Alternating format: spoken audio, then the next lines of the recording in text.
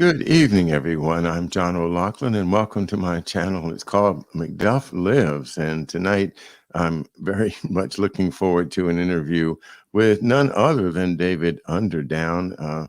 David is an incredible researcher and a man who lives up in Michigan, has lots of very, very interesting information to share. And if you follow David on Twitter, you can't help but get educated in a very fast way because he's going to supply you with a lot of amazing connections and stories you'll be fascinated with. So, with that, welcome, David Underdown. Thanks for coming back, and welcome back to our show here at McDuff Lives.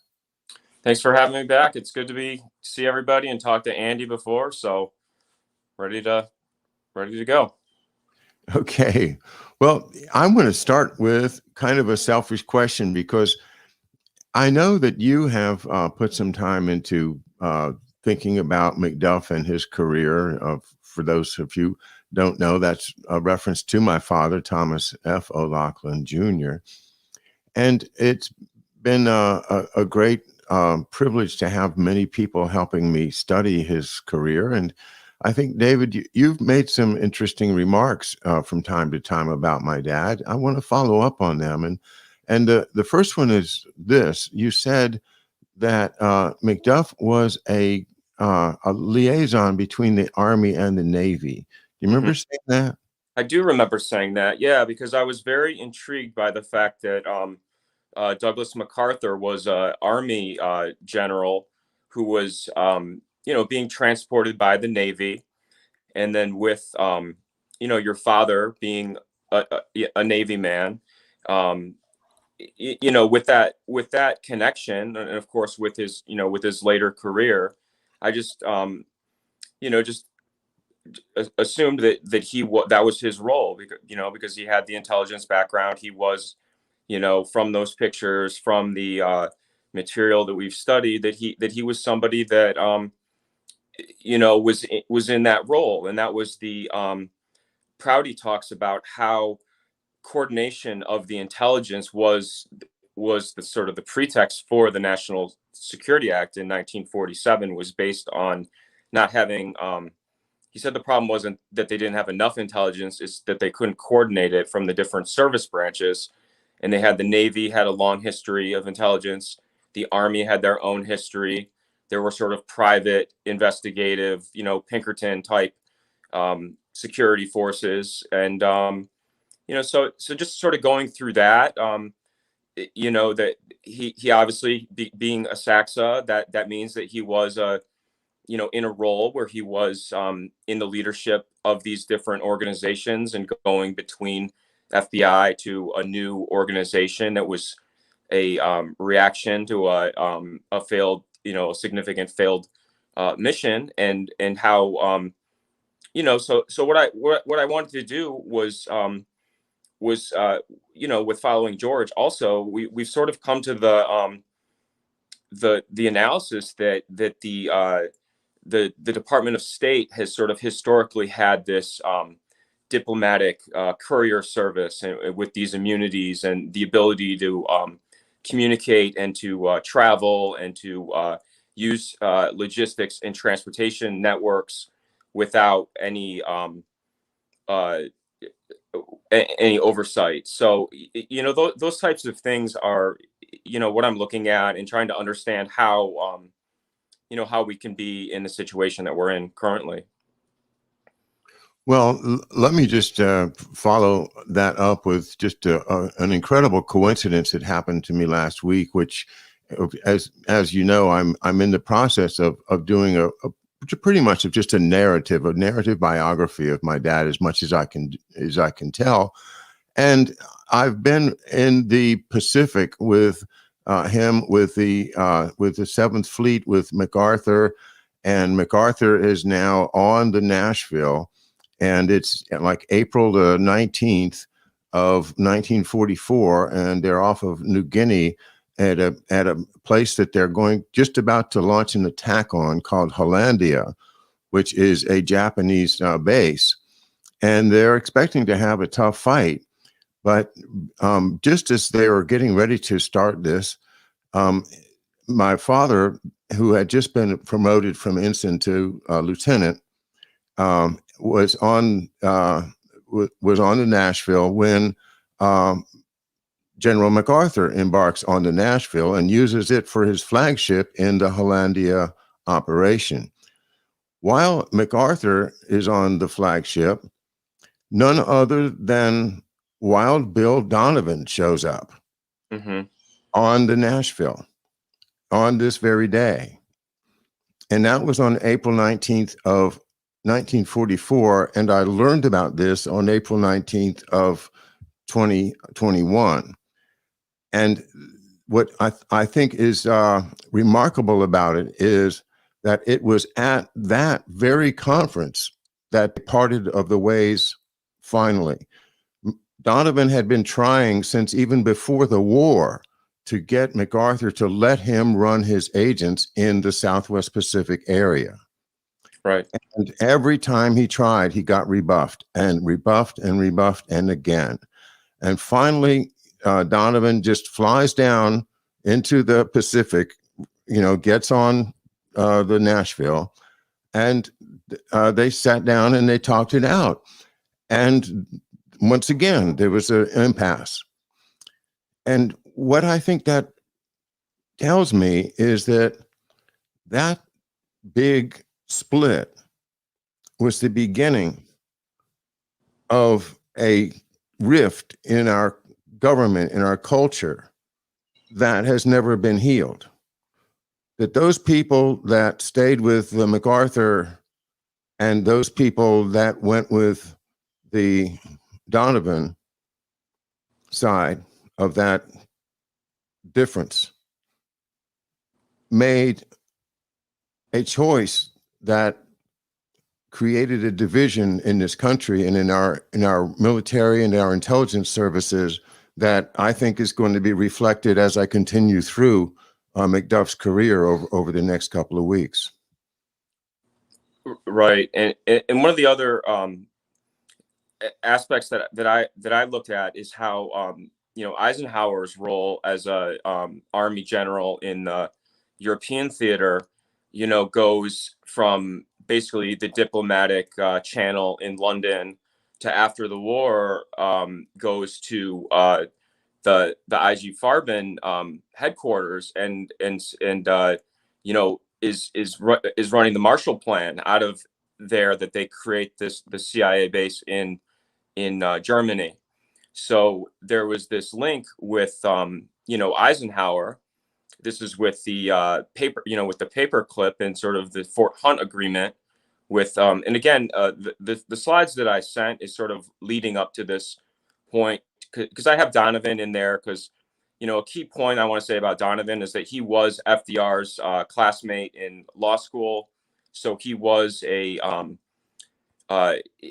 very tight with FDR, as we're kind of going through and trying to understand the different factions. When I first went to the charrette, like I my idea of having baseball card type profiles of each character was really based on taking my experience of being a child, going to baseball, being really interested in it, and then using that experience that I loved into really understanding how not how the game is played, but how the how they manage the team and who makes the personnel decisions and who does the decides the marketing and the designs the stadium, and so like I got into sort of those aspects, and so that's what I was really wanted to do, was take these characters that people are not familiar with, because I feel like the problem is that people don't understand the structure of which team is which. I mean, we're still stuck now in a, this person's a Republican, so they're this, they're a Democrat, so they're that. And there's no way that this Republican could be generationally partners with the opposite political party. In the Fort Hunt agreement, I think is really a seed where you can see where those networks really develop, and you can sort of see the different factions that join together in sort of the common interest of having Russia be our ally, to going to our greater enemy than the Nazis, and sort of organizing our national defense and our budget, and creating a military economy. Even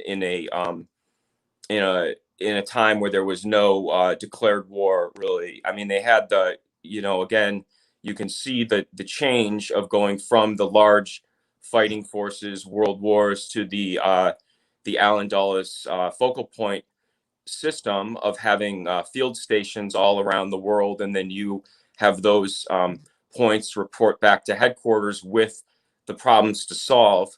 And that's sort of becoming the system that we're in now, and sort of understanding how we got there, and kind of being able to filter through the sort of limited hangout or misinformation, where you kind of get confused about which parties are partnered together. And I'm hopeful that the couple slides, I think there are about 7 characters in there, will sort of show how we are where we are now. Are they going to have batting averages? There's no batting averages. There are date of births on there. It doesn't have their, left and right. Ooh, oh God, I can't stand. Oh my. All right. Yeah, bad one. You're going to hate them all. Warn me about that one. It's going to be. All right. Sorry, John. Oh my God. Well, all right. I'm okay. I'm fine.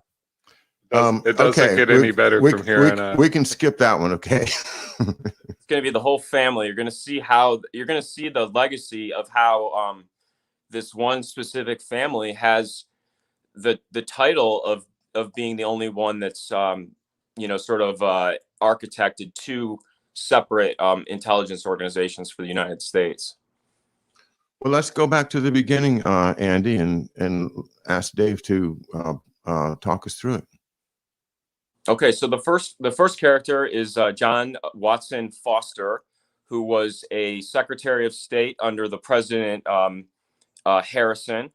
These characters are interesting to me because my mom's family is from basically the same area. He's from a place called, I think, Petersboro, Indiana.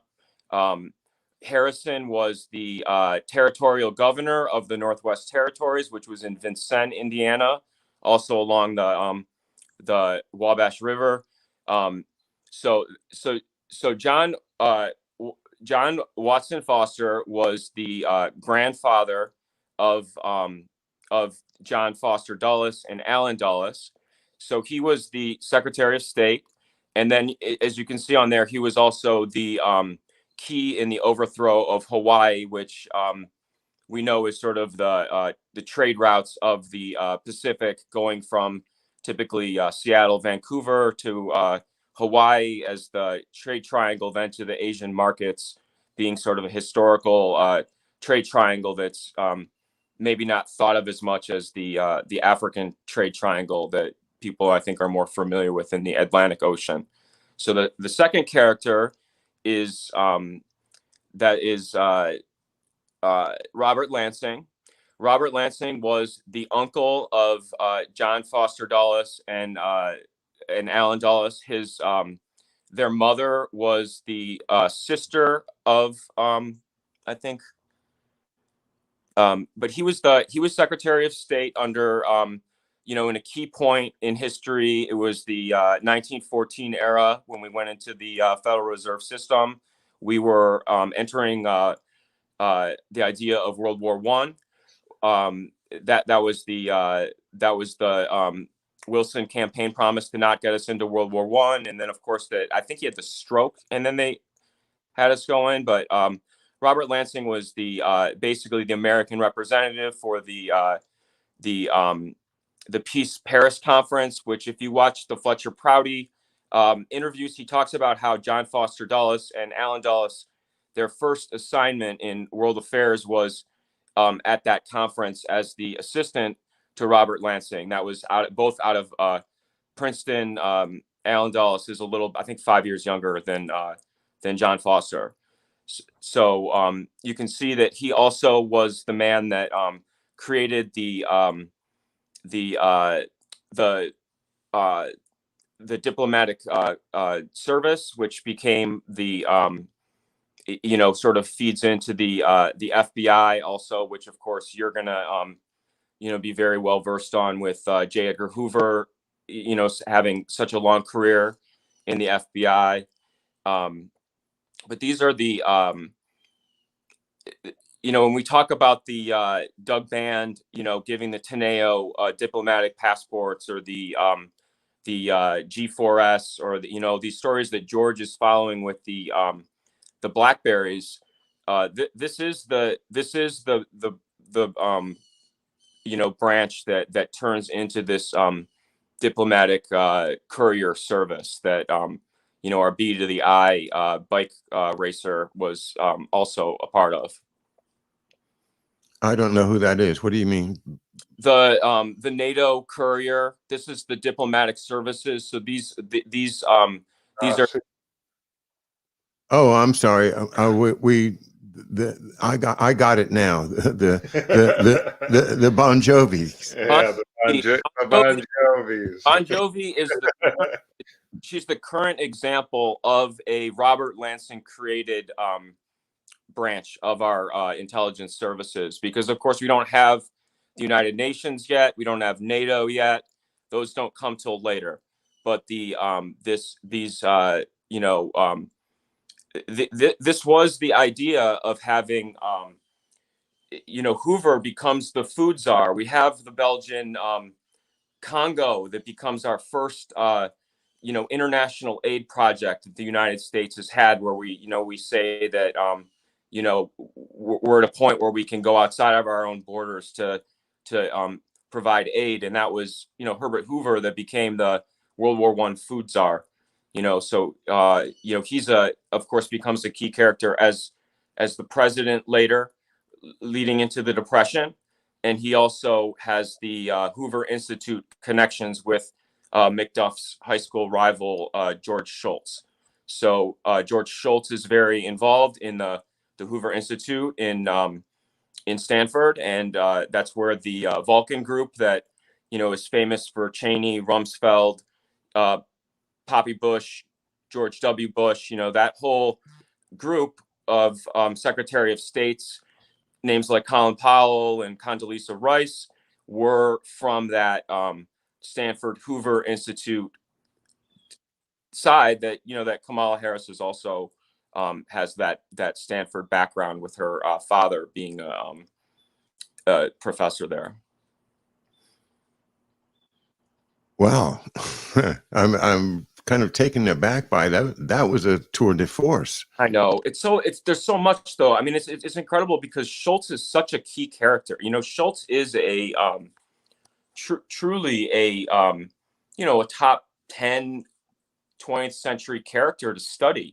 He was he was in Bretton Woods. So we're talking, he's doing the petrodollar system with Kissinger, where they're basically achieving their goal of creating the world price and being able to control supply and demand and the transportation of the energy source. And he was the one that got us off using the historical metal as a base, as the backup for the currency, and instead we used an energy.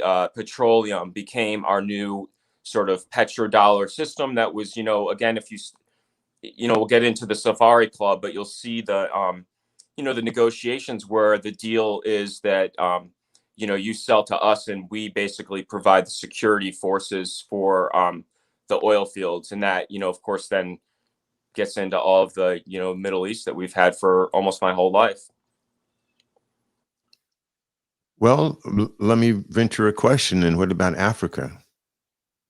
So Africa's even older. I mean, I feel like the root of so much of what we're dealing with is the Milner Rhodes South African trade company that was a Dutch West India franchise, and they become the De Beers mining interest that sets up with Dreyfus Bank. They have the relationship with the HSBC. That was the diamonds for opium was the system that they set up, and that's in going back to early or late 19th century that they set that up. And then of course that with with sort of world events that shaped that. They had the Dreyfus affair. That was the Dreyfus Bank. That was a very sort of key moment in as far as creating sympathy for the home state of Israel, which is of course this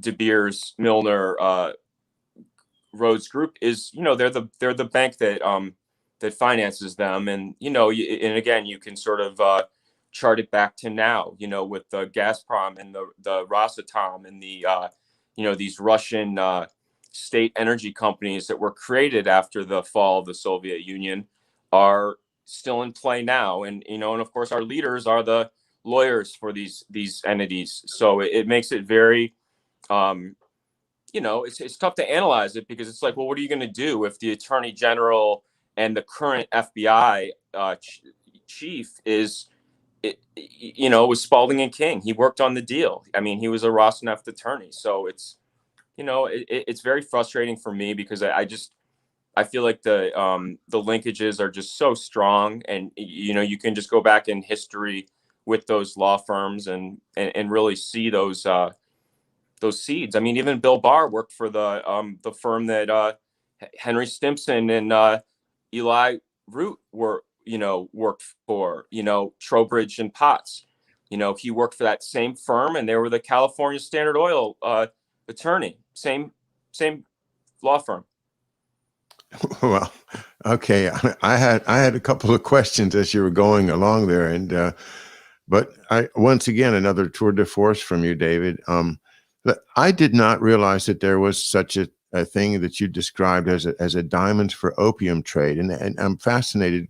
Tell me a little bit more about that, because it offers to tie some loose ends together for me. So talk about that. Okay, so I'm very interested in the always been interested in finance and in the sort of the East India Company, and sort of comparing and contrasting the East India Company versus the Dutch West India Company, which I do feel like are still the rebrands of those companies. But a big deal in the history of opium trade was when the Chinese accepted the opium in exchange for the Chinese market, as opposed to silver bullion, because of course in that time there was no Suez Canal, so you had to take your silver bullion from the European market and take it all the way to China. So there was a huge, transportation issue of that. So when they agreed to allowing sort of this, I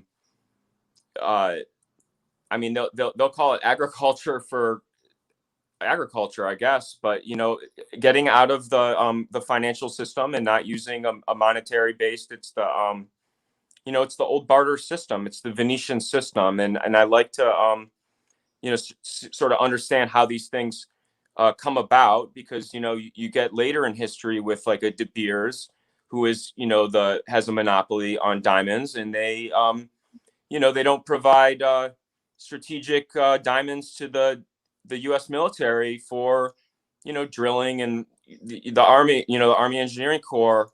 So, there are these historical things that, that you can link, as far as, tying it directly to like a Teddy Roosevelt character, who's very celebrated as sort of a conquistador, I guess. But if you really study him, he's very aligned with the, he's an outspoken Anglophile. Yeah, we've established that over from a number of different facets, and I didn't know that a year ago, but now I'm quite convinced that he was quite an Anglophile and a favorite of the Confederacy, for goodness sakes. Back to oh gosh, I had a good question. Oh gosh, I lost it. The Andy, what was I going to ask? Sorry, I was fudging around with the lights and distracting you in the background. I was distracting myself. Yeah, thanks. Andy and I are experimenting with the light, and it was just a little too bright, so he was kind enough to get up and fix that for me. So, was it about the opium? Yeah, it was following up on the opium, but Anyway, I'll let it go because I'm sure there's more interesting things to. I wanted to say too, to shift back to George Schultz, is his relationship with Bechtel, which is again another company that's a must know for everybody. They were did the Hoover Dam, but they did a lot of the Columbia River super projects as far as hydroelectric. A lot of the nuclear facilities were Bechtel product, or was Bechtel construction. So, as I'm kind of trying to organize different elements of the story, my super builder kind of Army Engineering Corps strategic builders are Bechtel, the Kellogg, Root and Brown out of Houston, which is all the Cheney and the Lyndon Johnson kind of group. And then the Kiewit, the Peter Kiewit company in Omaha, that does a lot of the military bases and a lot of the pipeline infrastructure projects. These are kind of what I've identified as the three kind of major super project builders in the United States. Okay. With regard to the FBI, one thing I haven't been able to find much about is what they called Division 5, which was the counterintelligence division, which to which my father must have been a member, although I don't know if his name appears anywhere in that. But I think at one point you were looking into that. Did you have much success? Yeah, I mean, I've tried to really learn the JFK characters, because again, as I'm going through trying to understand how the different intelligence agencies and groups use different proxies, like the mafia in this case, with the starting with the Project Underworld protecting the ports during World War I and World War II, or it's really World War II. It was World War II, and then moving into the assistance out of the the Jam Wave Station, which was partnering with Marcello and Trafficante for the doing different ideas that they were kind of running for this overthrow of Castro plan. That again, studying this, there was a lot of different groups that were working against each other. I mean, I feel like you have your if you look back at that, the slides that I had, Alan Dulles was, running the way that I understand it is that basically Churchill had this intelligence chief named Beaverbrook that set up the he set up the intelligence during World War II for Britain, and he brought in guys like Donovan and this is the Bletchley Park that then Stevenson is the Canadian, but he's like Churchill's number two during World War II. And what I've gathered is that these guys are they're the insurance spies. They're called the X2, the double cross. But what I think they really were into, and this is again the partnership with Reinhard Gehlen. I think what Gehlen really was an accountant that was harnessing the power of new computers and organizational systems like AT&T and ITT and IBM. And what they were doing, I think, was that they were making financial data computerized. And by doing that, they were able to steal a lot of information that they didn't have access to. And I think that's what Gehlen was up to. I think it was partnered with this Baker Street Boys, Churchill's Misfits group that was, includes guys like Dulles, was a handpicked guy that leads this 1953 Iranian coup with Kermit Roosevelt, who was the grandson of Teddy. And then also Lord Mountbatten, who was again, I don't know these characters. I mean, I actually saw his daughter speak. She was a Ralph Lauren model and lived in the Bahamas, in the Tyrell compound. That again, if you want to talk to Division 5, that that was if you read the LaRouche reports, that's where they said that the projects were planned, a lot of them, and that it was Stevenson, it was Bloomfield, Louis Bloomfield, who was the attorney up in Montreal, and that after they did the Iranian overthrow, they actually set up the field station in Cairo, and did Cairo the next year, and then they did Guatemala, and that was sort of the chain of events, and that's in the early. And so when we go to now, where we're talking about like the Iranian nuclear deal, and who's in charge, and of course it's a much fresher memory, the Carter situation, with sort of him losing the presidency to sort of bring in Reagan to resolve that in Iran, the hostage situation, and sort of understanding that, because I get very frustrated hearing, that China is behind everything, when there's no recognition that, Poppy Bush was the ambassador to China. He was doing the bicycle tour there with, I don't know if Bill Barr was out there with him. He studied Chinese in college. He was supposed to be the handpicked, number 2 for Poppy Bush. So we don't talk about that. We don't talk about the Nixon opening up China. We just have this idea that, China is this communist force. And for me, I look at it like I grew up with the communist Russians and watching the Olympics and being scared of the Russians, but then they collapsed, right? I mean, they had a collapse. They're a new country now, and they split up and they divided. And I feel like they're trying to use the same Cold War communist propaganda, and we don't even look at the real network that got in there, when they got in there, why they went in there, and so studying the East India Company is helpful, because you learn that that it's the waterways and the ports, and being able to tax at the port and secure the port. That's their philosophy, and that's why they let places like where I live, Detroit, I think, rot out, because as long as they can monetize the fees of the bridge traffic, that they don't care if Detroit's a nice city or not, because all they care about is collecting tolls at choke points in their water routes. There's another one. That's 3 amazing tours de force from David tonight, putting an incredible amount of things together and lined up. The most shocking one to me was when you called Galen an accountant who's taking advantage of the latest in computer technology to do what exactly was Galen up to with these advanced computers that undoubtedly had some connection to IBM, right?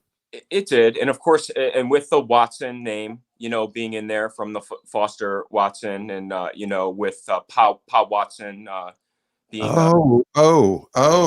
Is it a Paul Watson connection?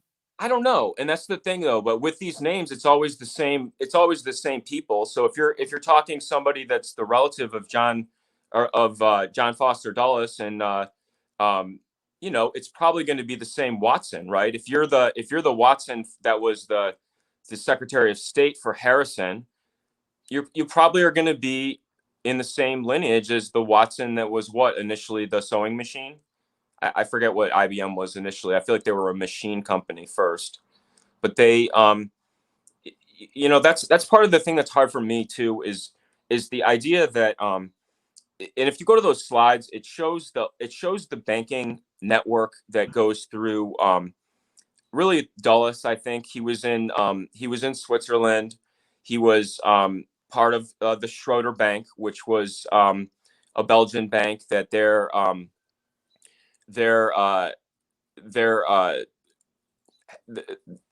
was partnered with, setting up the Bank of International Settlements. And then you have Schlecht, who was the finance minister of Germany for Weimar Republic. That was the godfather to Norman Montague's children, who was the, legacy Bank of England. His father ran it before he did. He's also Brown and Shipley, which is merges with Brown Brothers Harriman. So you get all of the Walker side of the Bushes. You get all of the Bush side with, your Skull and Bones people. I think there was 14 out of 18 of the initial partners were, Yale friends. And so... Can I get you to give a brief bio of Montague Norman, just because he's so important? I didn't want to just let him go. So Montague Norman is the... Hang on, Andy. he's the head of the Bank of England. So he's and the Bank of England is a national bank, so that it's the equivalent of the Federal Reserve basically. So he's making the decisions where as far as financing war efforts and things like that. But Norman is very tight with Schlecht, who is running the German war effort, and they all moved, or at least I think Schlecht and Dulles go to Bern, to Switzerland, and sort of set up shop there. And these guys are the bankers for Fritz Thyssen. Fritz Thyssen had done sort of a roll up of industry similar to J.P. Morgan, where they're creating these giant trusts and sort of consolidating all the railroads and all the rubber companies and the sugar trust and all this stuff. They're doing the big roll up, and that's what they do with IG Farben, because from the Robert Lansing, deciding that the reparations for Germany after World War I are so, impossible to pay. That's the mystery of World War II is how Germany goes from a Weimar Republic where they're wheelbarrowing around money to buy a loaf of bread to the industrial powerhouse that now has the greatest fighting force we've ever seen. And the answer to that is these characters. It's these banking interests who, tie directly to Brown Brothers Harriman as far as the Bank of England and Montague and Brown Brothers. I mean, their shipping company is Brown and Shipley. I mean, they're an old cotton trader. I mean, if you go on there, they're one of the, I think 70% of maybe the South's war bonds. Maybe Lehman Brothers, but these are all old. These are all kind of fitting the same pattern of the old Venetian banks like to use a kind of a waspy character like a J.P. Morgan, and then they like to have a Jewish banker, which would be a Kuhn and Loeb, at least in that period, where you have the Jacob Schiffs and the Paul Warburgs. These are men that are creating the Federal Reserve System, whose brother is with Schlecht creating the German financial system at Deutsche Bank. So again, these are key characters that I wanted to illustrate that, the plan for intelligence now is to flood the zone with S, and it's to confuse everybody so you just don't have any grasp of what's going on. There's just too much information. It's too confusing. There's too much. So what I'm trying to do is channel it into these sort of these groups, like illustrating how Secretary of State and the Vice President through the Naval Observatory have a historical relationship, that goes with the Senate Arms Services Committee, through the Senate, with the Vice President being sort of the overseer of the Senate. And that's how with George's work, I'm trying to build these kind of the baseball card model. Like, I want to know what the teams are. I want to know what the positions are. I want to know what the conferences are. So when the players go out there, I understand what each person's doing. And that's why I'm trying to pull in, this is the banker guy. This is the guy doing the finance. This is the lawyer. Sullivan and Cromwell is the law firm that's based in Germany that is Fritz Thyssen's lawyer. And so you can go through these groups and see that they are the same. And then, of course, with the Dulles family starting the, Dulles kind of taking that initial version of the CIA and then recreating it a little bit. Prouty talks about that with that, the Dulles Jackson Korea memo, which he said is the Allen Dulles blueprint of his focal point system, which Prouty was the man that did that as far as the strategic airlift, logistics command aspect. Well, what David is referring to, first of all, Fletcher Prouty's work is essential in understanding what we're talking about in all. And the two books you absolutely must read are The Secret Team and JFK and the Vietnam War. And as regards the point you just made, David,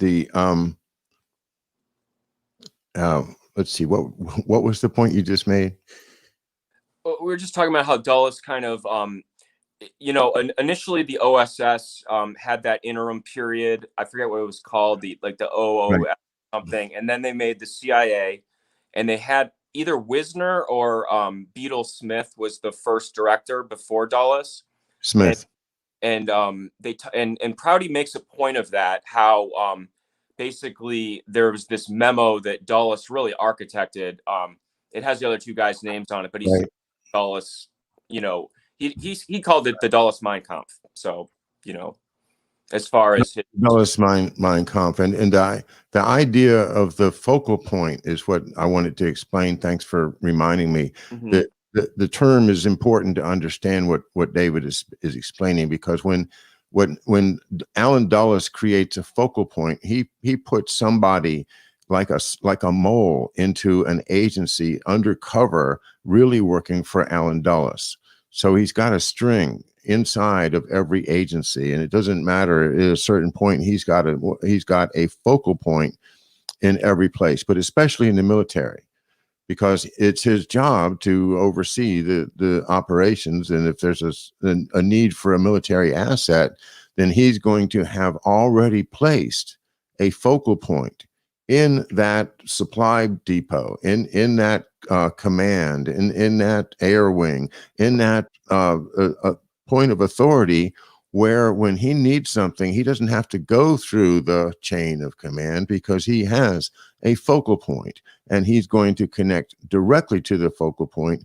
And the other unspoken but very powerful message is the Mein Kampf of, I'm taking over. I'm running these things. I'm going to have my tentacles in every single aspect of our military and our government. And that is what I think we need to understand when we talk about what Alan Dulles did, and you compare it to the works of a Hitler. It's a tragic thing to think of the person that Alan Dulles was. I've studied him quite a bit, and I have just tremendous sympathy for his family and anybody that was associated with him. But he is one of the real dark figures in my father's life, and I really thank you for shedding a lot of light on it tonight. Yeah. Well, he is an important character, and he's somebody that I was completely unfamiliar with at all, kind of going into this this process. And but I mean, I really like the histories, and one of the things that I love about kind of studying your dad is his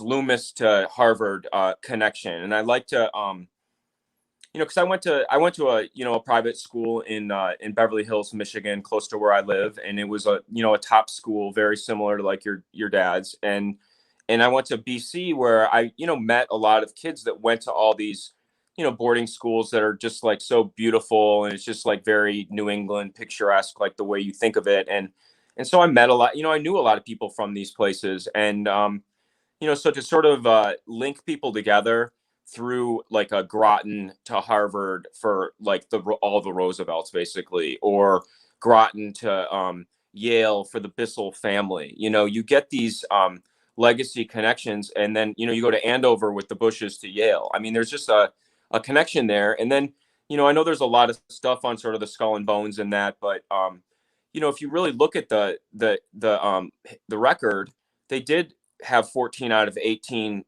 partners that started Brown Brothers Harriman, which was one of the a cabal of banks that financed these different they called it the Merchants of Death, right? They were a company that was financing the companies that made war material and chemicals and gunpowder, and the old mining companies from going back in history, and that was who they were backing. And that's always the that's always the people that are going to have the most, is going to be the people that have the force to back anything. So that's where they have historically invested. It's just an amazing thing. You put so much into less than an hour, David. It's fabulous. I hope people watch this over and over again, because everything you've Yeah. said resonates is exactly right with my own research, and I think with a lot of others. And when you mentioned the LaRouche materials, like their executive intelligence review and LaRouchePub.com, which I now rely on as a great resource myself too. Um, I've just had the most amazing connections with them, Harley Schlanger in particular, but a number now that I can't even won't even try to mention all their names. But in particular, Harley Schlanger has connected me directly to Mrs. LaRouche.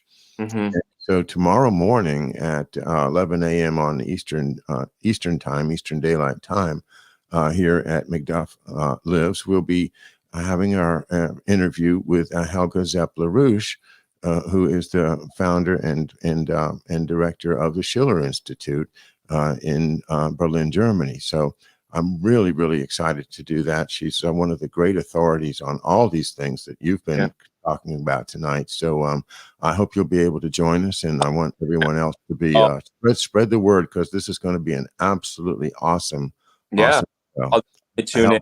LaRouche tomorrow morning, 11 a.m. right here at 11 a.m. Eastern time. Well, I'll definitely be tuned in. I heard Harley Schlanger talking about her and her background.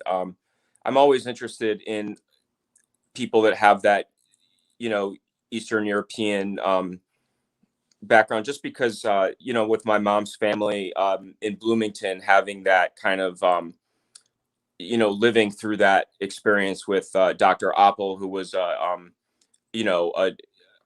he was Austrian, I believe, but his wife was also a German, and her father was a sculptor that did, like a lot of, I know you'll know, like a lot of the monuments for the Mozarts and this stuff. I mean, their family was a very, into the culture of Germany, and I'm always interested in hearing you, talk to people like Harley sort of about the culture and how it's, because I feel like that's what a lot of the PR and the marketing is to take old cultures and mock them, and so it's good to learn, what the good parts of your culture are, and because I do feel like a lot of the stories of the resolutions for how the things happen, like I'm trying to study who the networks are, of who I really believe the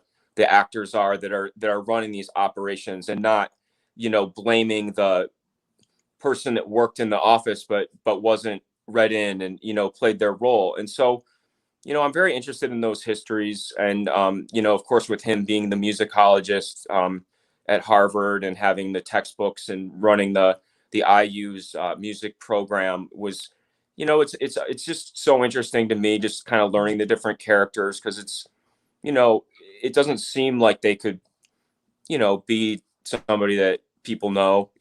I mean, there are a lot of people like that in Bloomington that are, of course, the worst one being the Alfred Kinsey, lived 5 houses away from my mom all growing up. And her, we get into the scouting stuff. Her Brownie troop leader was Alfred Kinsey's wife. And she dressed like Eleanor Roosevelt with the combat boots and the knee socks and, the whole outfit. And, it was never, there was never any, talk of sort of his, the experiments. And I know Professor Hamamoto is very well read into this stuff, and I honestly, I've not really dug into it, but I can't say that, like, his assistant Pomeroy, that woman who was supposed to be a participant in that stuff, she was like a neighbor of my grandma at the nursing home. And then, my mom had a friend whose dad was his assistant also, and he said his dad does not agree with the record of how Kinsey's been portrayed, but at the same time, he was a Rockefeller Foundation sponsoree, and he was supposed to be doing, the fruit flies and the genetic stuff. So, it's just one of those things where you have people like that, where you just don't really think of it. And of course, Eli Lilly being a big character in today's discourse with the vaccine, and with, Alex Azar being a former CEO, running the program, the NIH, I believe. And then I didn't know Poppy Bush was the chairman of the board of Lilly. That was one that Poppy Bush was the chairman of the board of Lilly. yeah, he was. I think in the 90s. But the thing that you have to remember is that they try to throw away characters like a Dan Quayle, is sort of the geeky guy that can't spell potato. And of course, I'm always hurt because the people I knew from Indiana were the smartest people I knew, and he can't spell. But if you look at him now, he's partners with Steve Feinberg, right, at Cerebus Capital, which is the three-headed hellhound that protects the underworld, right? And then Feinberg is the running DynCorp, right? He's running DynCorp. He's a financial advisor to the president, and he was an advisor, with Geither and Ratner and the whole auto bailout. So it's the same groups over and over and over again. And if you want to just dig all the way down the hole, you go to his Remington. Who was running Remington for World War I, selling the gun barrels to the Russians? Sam Bush, Columbus, Ohio, right, with William Rockefeller and E.H. Harriman, right, where Battelle goes in, the Ohio State affiliated research institute. So, they said Sam Bush was the original merchant of death. And it's, I know people feel, however, about the, our characters in our country's history, but there's a lot of, when you get on the thread, or, as they talk about the thread, it's there. I mean, George Bush set up BCCI, which was the Safari, that was the Adnan Khashoggi bank for the Iran-Contra. He was the vice president of the United States for that. So again, it's like you have these characters that are in the highest positions, but that's the record. Yeah. It sounds like it's starting to peel off enough layers that people are believing us. I think we're getting through. I had a great conversation with Garland Nixon last night along similar lines, and you have done an amazing job, David Underdown, tonight of giving within an hour an incredible rundown of exactly what I've been trying to show through hundreds of hours of my own videos. And since a lot of them, 900 of them were just terminated by YouTube, thank you, YouTube. Having is like you had digested all of them and put them together in an hour. I'm amazed and very grateful, David. Thank you. You're welcome. Should I give one more good thread that I feel like people should know about? Yeah, I think you should. It's a little after 9, but we're going to go over. Okay. So in 1933, we have the the bank holiday. FDR closes the banks. This is in Detroit, where this happens with the Guardian Building with the Union Bank in Detroit. But they create basically a second expanded power Federal Reserve System. This is in 33. So in 1914, they set up the initial Federal Reserve System. But in 33, they set up this Reconstruction Finance Committee. The man that is the initial person that runs it is Eugene Mayer. Eugene Mayer is the, if you get into he's in the Bill Barr group. He's in the Alexander Sachs, the Layman's. He's in this Kuhn and Loeb kind of, Rothschild agent in the United States kind of division of the banking system. And so he is the father of Kay Graham, who is a very famous character in the as running, as a historically one of the most famous women, business women. She ran the Washington Post. She won a Pulitzer Prize for her investigation and coverage of the Watergate scandal.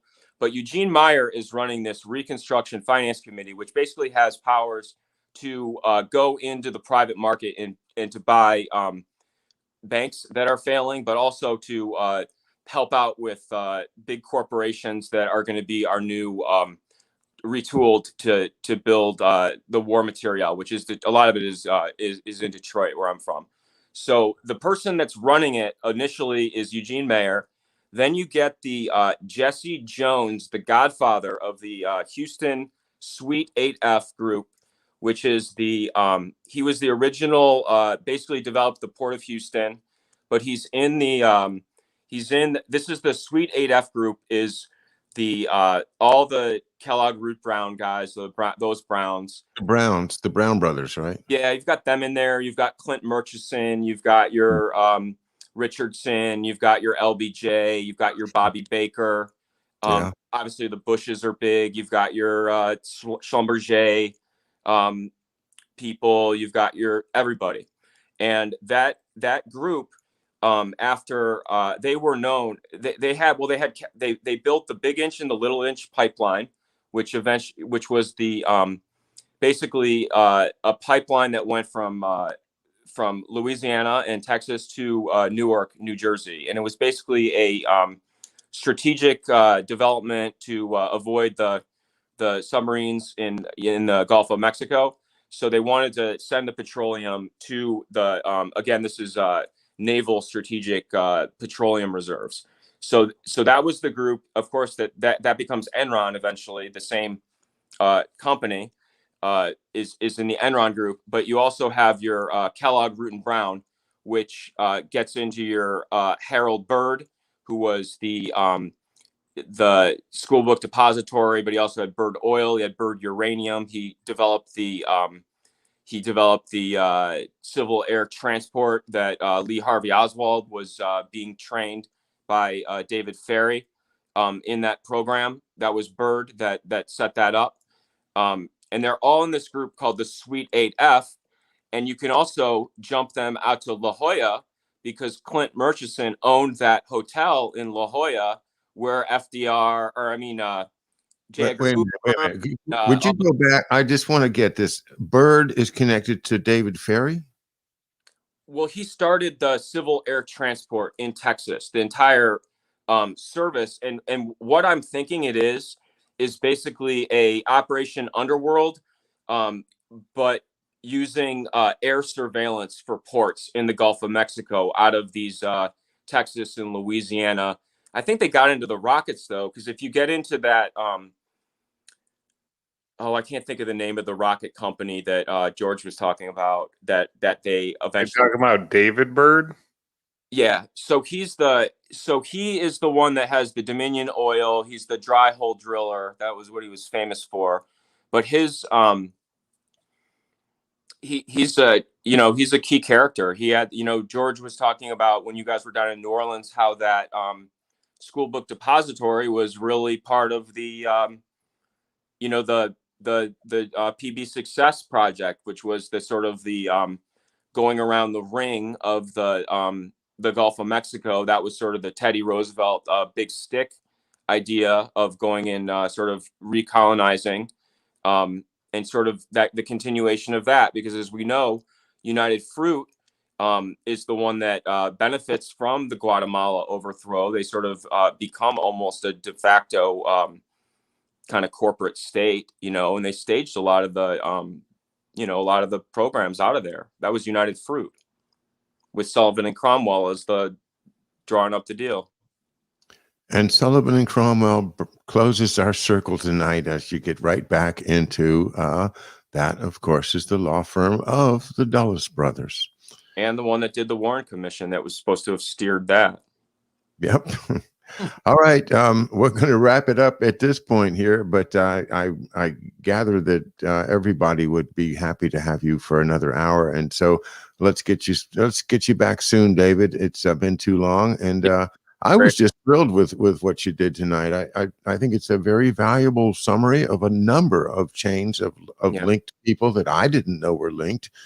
Great work. Thank you, David. And thank you, Andy Davala, for helping us with all the production tonight. It's been really a pleasure for me. And hope to see you all tomorrow morning, 11 a.m. Eastern Daylight Time, for my interview with Helga Zepp LaRouche of the Schiller Institute. Great job tonight, Dave. Okay, thanks, guys.